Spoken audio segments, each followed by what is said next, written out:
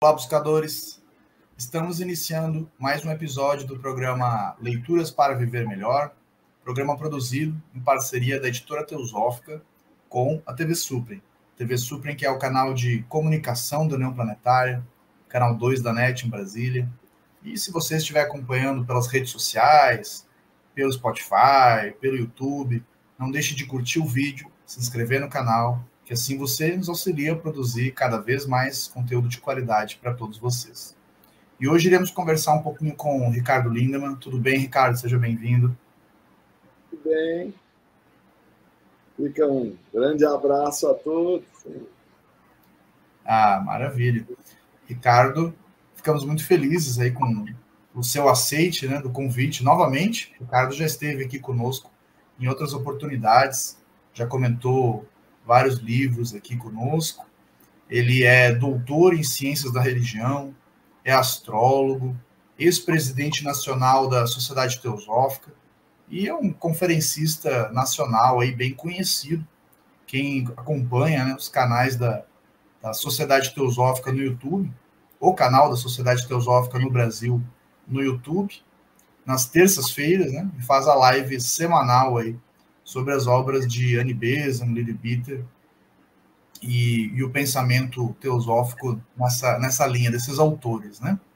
E hoje ele vai falar conosco sobre um livro, um lançamento recente da editora Teosófica. Ele tem ali o livro em mãos, né? Chamado O Fogo Criador, de autoria do Vanderlius. Esse livro, então, foi lançado há pouco tempo, né? E está disponível para quem quiser fazer a aquisição. Ricardo, esse livro ele tem uns temas, né? Se a gente olhar no sumário dele ali, ele fala sobre o Espírito Santo como criador, né? Na primeira parte. Fala um pouquinho para nós, afinal, o que é isso, né? O que o autor está querendo trazer para nós? Ele fala da terceira pessoa do hinduísmo, né? Qual é a relação que ele traz entre o hinduísmo com o conceito cristão, né? Espírito Santo? Eu acho exatamente que tu pegaste o coração da questão.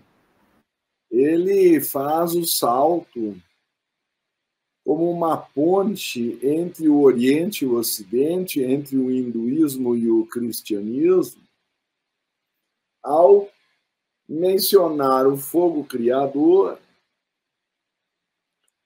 que é outro nome, talvez, também da Kundalini do Oriente, a questão dos chakras e dos estados de consciência, mas através da sua fonte, que no Ocidente nós chamamos de terceiro aspecto da divindade, ou Espírito Santo, lembrando que a trindade cristã é Pai, Filho e Espírito Santo, enquanto que no Oriente existe uma trimurti, que é chamada Vishnu, aliás, Shiva, Vishnu e Brahma, respectivamente, certo? Só que lá existe a chamada consorte. Então, Durga ou Kali fica como esposa de Shiva, Lakshmi como esposa de Vishnu e Sarasvati como esposa de Brahma. Mas nem sempre as pessoas percebem que existe também mais uma trindade, que é Osíris, Horus e Ísis, essa ocidental, porque é do Egito. Tá? De novo, a terceira figura é, de certa forma, mais feminina. No cristianismo, o Espírito Santo é representado por uma pomba, mas o autor diz que tanto faz se eu dou o nome de Brahma, ou se eu dou o nome de Espírito Santo, ou se eu dou o nome de Ísis. Ele faz essas correlações com o sentido do poder criador e com a serpente Kundalini, representando aquelas forças da natureza que oferecem a matéria, A função feminina por excelência é criar um corpo para outro espírito poder se encarnar. Então, tem um capítulo dedicado à questão da maternidade. Mas eu me encanto com a maneira como o autor, que era holandês, o doutor J.J. van der Leeuw, ele era um doutor pela Universidade de Leiden e também especialista na área da psicanálise.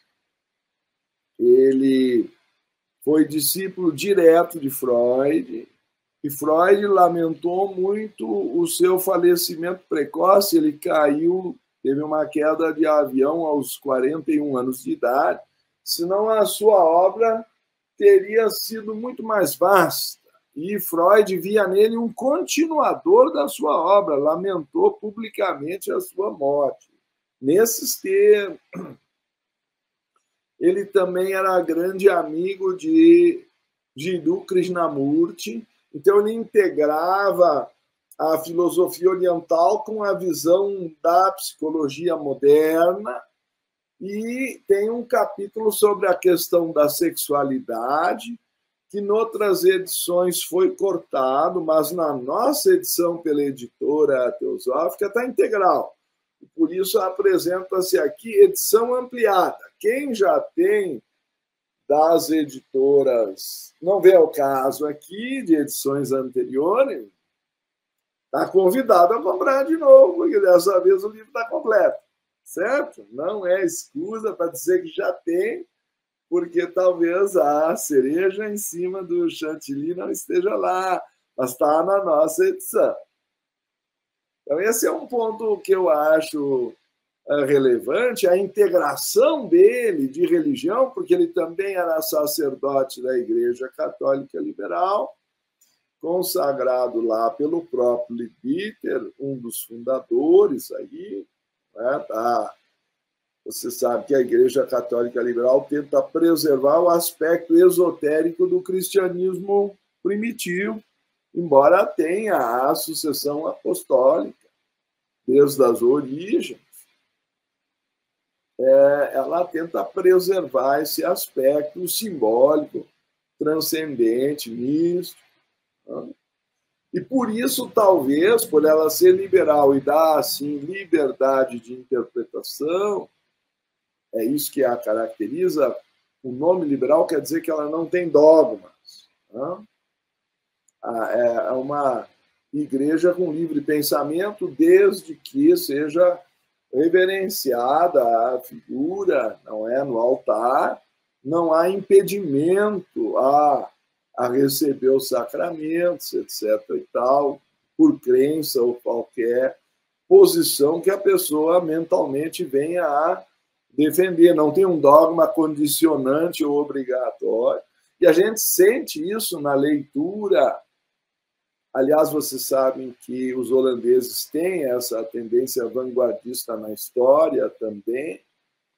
Então, ele foi também presidente da seção, presidente nacional, né, da seção holandesa da Sociedade Teosófica.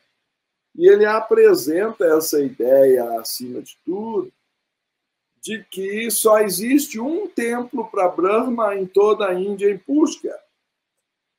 E tem, sei lá quantas centenas ou milhares de templos dedicados a Shiva pela libertação do espírito, ou a Vishnu, ou suas consortes, é claro, pela prosperidade e manutenção da vida. Mas a Shiva, que é o criador, só tem um. Então ele começa o livro tentando demonstrar que mesmo no cristianismo toda adoração é ao Pai ou ao Cristo. É raro uma adoração ao Espírito Santo. E quando colocam lá aquela pomba meio amorfa, não se tem a clara compreensão de que o Cristo disse que depois dele viria o Paráclito, o Consolador, e continuaria a obra. Então, pela imposição de mãos e tal, as labaredas descem sobre os apóstolos, e isso é o fogo criador do Espírito Santo. Dá a entender que a verdadeira religião do cristianismo começará quando isso for compreendido. Olha só. Então, é um livro muito envolvente. Ele, de fato, é dividido, como tu mencionaste, no caso, em 4 partes especiais. A primeira, eu toquei por alto, o Espírito Santo como criador. Veja que Shiva é o libertador da consciência do Espírito. Representa o Pai. O Cristo, ou Vishnu, ou o segundo aspecto, Horus, o Filho, representa o elo de ligação entre o espírito e a matéria. Tá? Representa o amor, o Pai representa a vontade. O terceiro aspecto é a matéria propriamente dita, oferecida, é o lado feminino da equação, oferecida pela maternidade, que dá o corpo, onde, então, se diz o corpo ser o templo do Espírito Santo. Esse é o programa Leituras para Viver Melhor. Hoje estamos conversando com o Ricardo Lindemann sobre o livro O Fogo Criador, lançamento da editora Teosófica, de autoria do Vander Leeuw. Nós vamos para um rápido intervalo e voltamos daqui a pouco. Até já.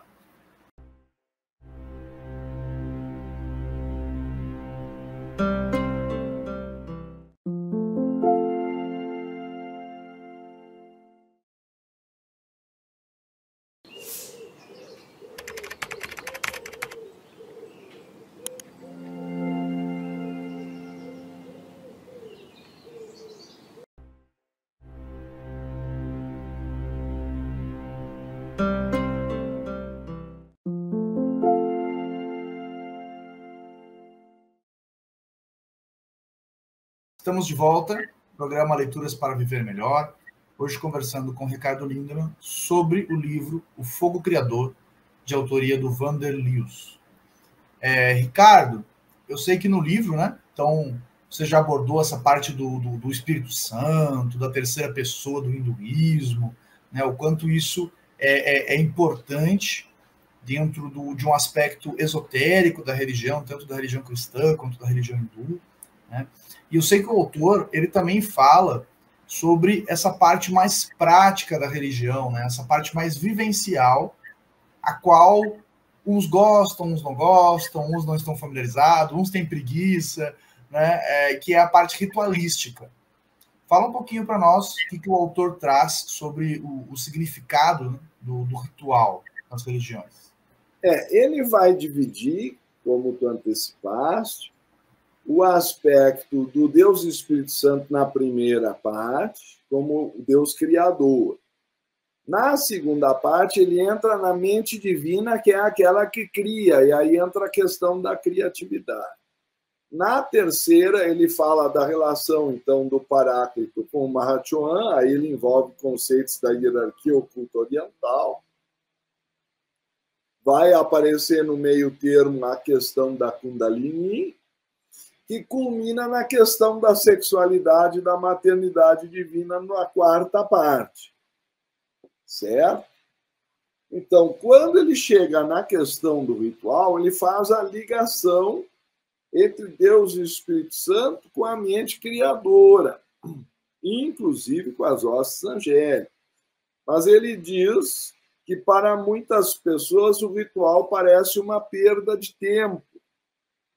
De um lado, reconhecem que certas verdades éticas podem ser ensinadas sob o disfarce de símbolos, e hoje em dia tem muitos livros sobre os mitos, principalmente do campo, e, por meio destes símbolos e cerimônias ritualísticas, se podem compreender certos ensinamentos filosóficos. Mas elas se perguntam por que éticas e filosofias não são ensinadas clara e explicitamente, em vez de ocultá-las nas diversas formas e cerimônias de ritual. Agora veja como a resposta dele é elaborada. Isso parece uma objeção lógica ao ritual, mas, em realidade, não passa de uma incompreensão do seu verdadeiro significado. Eu sugeriria, por exemplo, também a resposta de Mircea Eliade sobre, ou Eliade, como chama, o Sagrado e o Profano, que é um livro clássico nessa área de ciência da religião. Mas a resposta do Vanderliu é em 3 partes.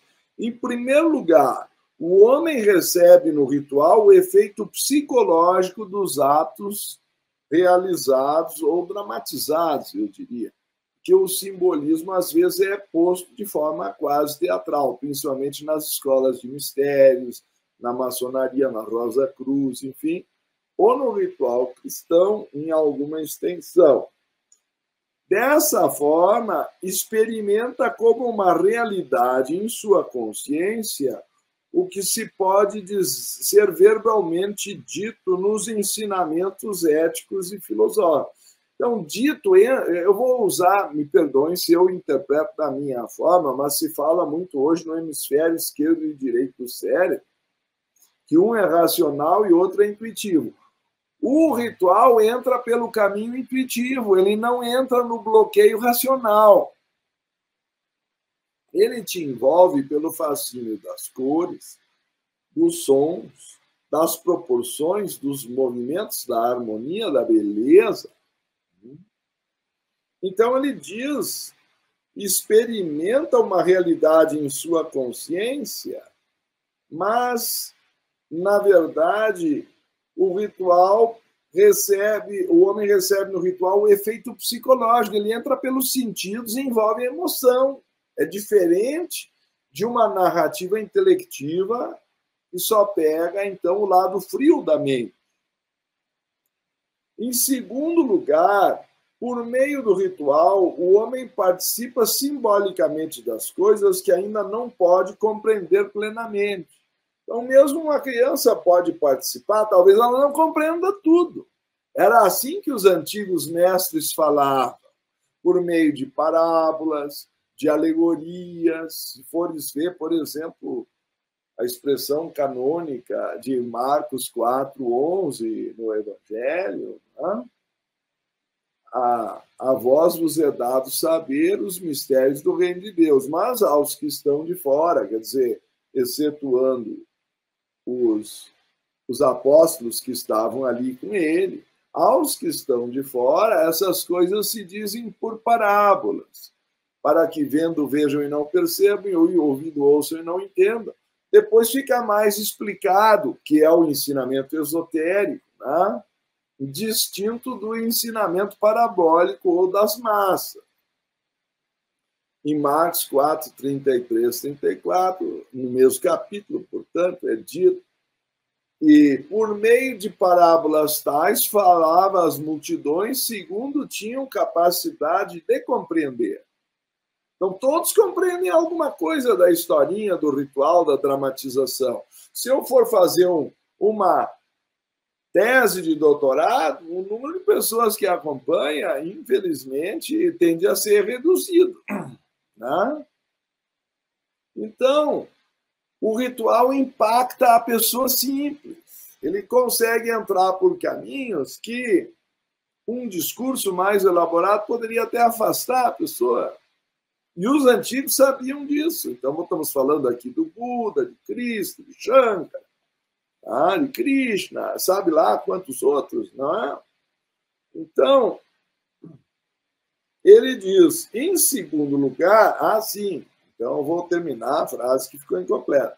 E por meio de parábolas tais, falava às multidões segundo podiam ou tinham capacidade de compreender. E sem parábolas nunca lhes falava.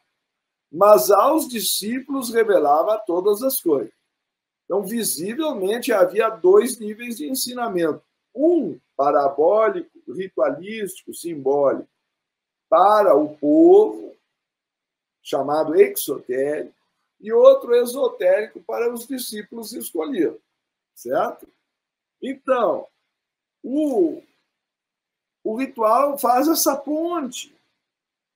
Então, ele diz, em segundo lugar, por meio do ritual, o homem participa simbolicamente das coisas que ainda não pode compreender plenamente. Em terceiro lugar, o ritual tem um excelso e supremo significado de que nele, por meio dele, mesmo enquanto é apenas um homem, este pode tomar parte na obra de Deus e Espírito Santo e na obra da criação do mundo. Então, no seu lugarzinho, participando do ritual, ele está enviando seus pensamentos, suas emoções, seus louvores, como se fosse um copartícipe da criação do ritual que simboliza a criação do mundo inteiro. Então, o fogo criador está sendo despertado, acionado, posto em movimento, e é por isso que ele não é meramente passivo, ele atua no ritual. Aí ele vai entrar na Sagrada Eucaristia, vai entrar no ritual maçônico. É claro que eu não tenho aqui tempo para entrar em toda a maravilha desse livro, que foi motivo de uma medalha de Subarral, só é dada praticamente a cada 10 anos na Sociedade Teosófica. Ele é um livro escolhido para receber esse prêmio especial da literatura teosófica. Então, ele entra na divina alquimia, no simbolismo secreto da alquimia e da Magnum Opus, também dos Rosa Cruzes, da transmutação da Magnum Opus no homem e de Kundalini como manifestação do Espírito Santo, porque alguns acham que é um conceito só oriental. Não, ele tem seus equivalentes, inclusive o Samadhi corresponde ao arrebatamento, como São Paulo ascende aos céus, como São João descreve no Apocalipse sua visão por um arrebatamento ao céu. Aqui tem a sacralidade do sexo, a transmutação do desejo sexual, o Espírito Santo como purificador, a psicanálise, uma visão desvirtuada. Então, ele tenta mostrar que a verdadeira psicanálise leva a comparando o alquimista com o psicanalista, e a psicanálise como uma parte da senda oculta. Isso não é um enfoque comum na literatura. E aí ele entra na parte 3, que é a mente divina. Então ele vai mostrar que o intelecto é meramente instrumental, mas que quem realmente inspira e dá luz é a mente superior, simbolizada no fogo criador. Tá? Então, de novo, a imagem e o arquétipo, no nosso universo de um anjo, o mistério da percepção sensorial, onde a teoria da percepção sensorial pode produzir erro, e aí a transcendência dos sentidos, nosso corpo e os sentidos também fazem parte da imago mundi, ou da imagem do mundo, a imagem da caverna de Platão, e aí ele tenta mostrar que as verdadeiras ideias estão na mente divina, nós temos que nos conectar com elas para compreender a vida. Esse foi mais um episódio do programa Leituras para Viver Melhor. Hoje conversamos com Ricardo Lindemann sobre o livro O Fogo Criador, de autoria do Vanderlius, e publicação recente aí da Editora Teosófica. Nós vamos ficando por aqui. Até o nosso próximo encontro.